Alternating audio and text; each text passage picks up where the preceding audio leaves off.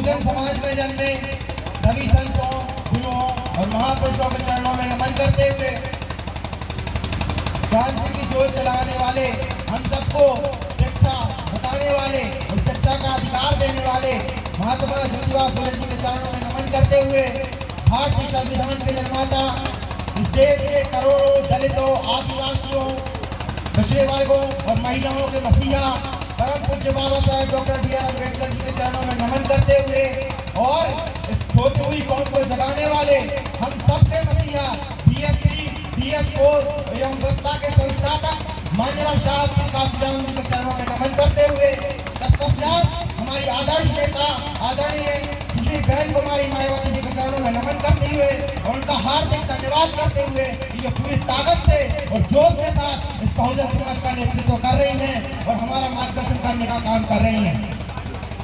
साथियों, सबसे पहले मैं आप सभी को यहाँ उपस्थित सभी साथियों को और खास करके यहाँ उपस्थित आज के मुख्य अतिथि, आज के कार्यक्रम के मुख्य अतिथि माननीय जियालाल साहब, प्रदेश प्रभारी बहुजन समाज पार्टी मध्य प्रदेश, आज के विशिष्ट अतिथि माननीय मनोज रजक जी, मनोज अहरवार जी, घनश्याम अहरवार जी एवं तमाम जिले से पधारे सभी कार्यकर्ता साथियों एवं विधानसभा से 8 विधानसभा से आए हुए सभी साथियों एवं क्षेत्र से पधारे सभी सम्मान्य बसपा के समर्थक एवं कार्यकर्ता साथियों, सबसे पहले मैं बाबा साहब अम्बेडकर जी के 132वीं जयंती की सभी देशवासियों को और खास करके क्षेत्रवासियों को हार्दिक शुभकामनाएं देता हूं।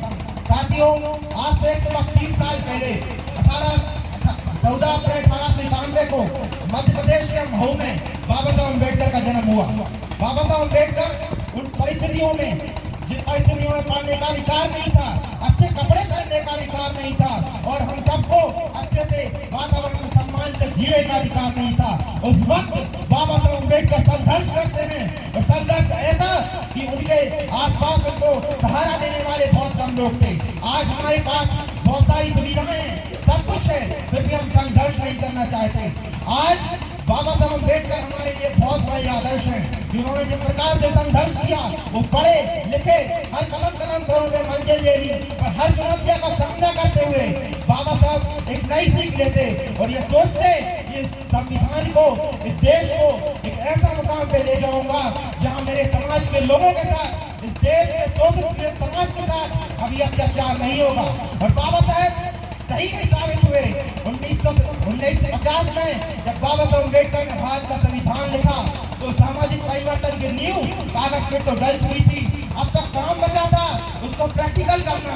पर दुर्भाग्यवश बाबा साहब हमारे बीच में नहीं रहे साथियों, वो हम सबको छोड़ करके चले गए और जो सामाजिक परिवर्तन और आर्थिक मुक्ति का आंदोलन जो बाबा साहब ने शुरू किया था, जो कारवा बाबा साहब ने शुरू किया था, वो अधूरा रह गया। साथियों, जब वो अधूरा रह गया उसके बाद 30 साल तक कांग्रेस की सरकार रही, 40 साल तक कांग्रेस की सरकार रही, जनसंघ की सरकार रही और बाबा साहब अम्बेडकर को भुलाने का काम किया गया और ये जयंती में छुट्टी तक नहीं दी जाती थी, छुट्टी तक तो उन्होंने बंद करा दिया। बाबा साहब अम्बेडकर को इन्होंने खत्म करने का काम किया है। आज कांग्रेस से लेकर के बीजेपी और तमाम जो सारी पार्टियां बाबा साहेब का नाम लेते हैं, तमाम बहुजन महापुरुषों का नाम लेते हैं, लेकिन आपको यह ध्यान रखना होगा कि जब 1990 में बहुजन समाज पार्टी के समर्थन से बीपीसी की सरकार बनी थी, जब मायावती जी के निवेदन पर बाबा साहब अम्बेडकर को भारत रत्न दिया गया।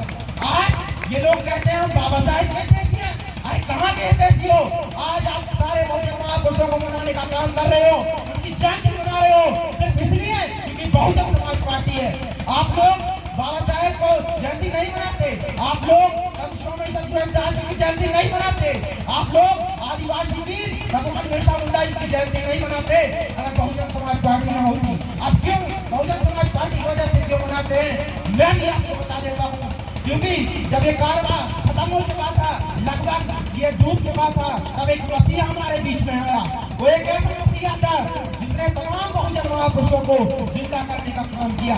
जो बहुजन महापुरुषों को दबाने का प्रयास इस देश में चल रहा था, उस सारे प्रयासों को पानी फेरने का काम हमारे महामानव, हमारे मसीहा साहब श्री काशीराम ने किया। साथियों, साहब श्री काशीराम जो साइकिल पर चल करके देश के कोने कोने में बहुजन महापुरुषों की अलग जगाने का काम किया और उनको इतना मजबूत बना दिया कि आज उनके नाम के बिना किसी की राजनीति नहीं चलती है।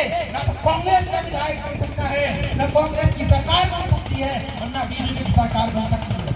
साथियों, मैं आपको बताना चाहता हूँ, आप लोगों को लगता होगा यार बीएसपी तो बहुत कमजोर है, इसको वोट देगा के क्या फायदा। मैं आपको बता दूं कि बीएसपी की विचारधारा इतनी ज्यादा मजबूत है कि कांग्रेस और बीजेपी और तमाम पार्टियां आज उस विचारधारा को कॉपी करने का काम कर रही हैं। हम जब सबसे पहले जयंती मनाते थे, बाबा साहब की जयंती मनाते थे, आदिवासी वीर बिरसा मुंडा जी की जयंती मनाते थे, संत स्वामी सतगुरुदास जी की जयंती मनाते थे, महात्मा फुले जी की जयंती मनाते थे। आज इन सबकी जयंती ये लोग मनाने का काम कर रहे हैं। इससे पहले उन्होंने हमारे बहुजन महापुरुषों का कभी नाम नहीं लिया। मैं आप लोगों को बताना चाहता हूँ, अगर आप एक झंडा और एक डंडा लेकर के बहुजन समाज पार्टी के बैनर के तले खड़े होते हो तो आपको अपने हक मिलेंगे, अधिकार मिलेंगे और आप कभी भी झुकोगे नहीं। क्योंकि जो काम बाबा साहब अम्बेडकर को करना था वो कोई और पार्टी नहीं करेगी, वो सिर्फ करेगी, वो सिर्फ बहुजन समाज पार्टी करेगी, आदरणीय बहन जी के नेतृत्व में करेगी। आपको मैं बता दूं कि जब उत्तर प्रदेश में आदरणीय सुश्री बहन कुमारी मायावती जी की सरकार बनी तो सबसे पहले उन्होंने तमाम बहुजन महापुरुषों की फोटो, पार्क और बड़े-बड़े चौराहे बनाने का काम किया। ये क्यों किया? ताकि इस देश से बहुजन महापुरुषों को गायब न किया जा सके, इस देश से बहुजन महापुरुषों के विचारों को, उनकी विचारधारा को अमृत प्रदान किया जा सके। आज अगर प्रदेश में और पूरे देश में अगर बीएसपी की सरकार आती है तो जो बाबा साहब अम्बेडकर ने कहा था कि हम सामाजिक परिवर्तन करेंगे, हम आर्थिक वृद्धि करेंगे, वो संभव हो जाएगी साथियों, वो संभव हो जाएगी। इसलिए मैं आपसे कहना चाहता हूँ कि आप लोग पूरी ताकत लगाइए और पूरी ताकत से हाथी का बटन दबाना है। और हम लोग कमजोर नहीं है। बीएसपी का एक सिपाही 100 सिपाही के बराबर है, उनके 100 कार्यकर्ताओं के बराबर है। अगर बीएसपी का एक कार्यकर्ता 25 लोगों को बीएसपी की विचारधारा समझा दे तो मैं दावे के साथ कह सकता हूँ कि ये विधानसभा तो बहुत छोटी सी बात है, मध्य प्रदेश और पूरे देश में बहुजन समाज पार्टी की सरकार बन सकती है साथियों। और हमारे बहुत सारे वक्ता हमारे बीच में हैं, हमें सबको सुनना है, इसलिए मैं अपनी बात को मैं दोहराकर देता हूँ। जय भीम, जय भारत, जय काशीराम, जय बीएसपी, जय भीम। बहुत खूब विकास जी, आपने बहुत अच्छे अपने विचार रखे। इसलिए मैं कहता हूँ हर जलते दीपक तले, हर जलते दीपक तले अंधेरा होता है, हर रात के बाद सवेरा होता है। अरे लोग डर जाते हैं, अरे लोग डर जाते हैं मुसीबतों को देखकर, हर मुसीबत के बाद सुख का बसेरा होता है, सुख का बसेरा होता है।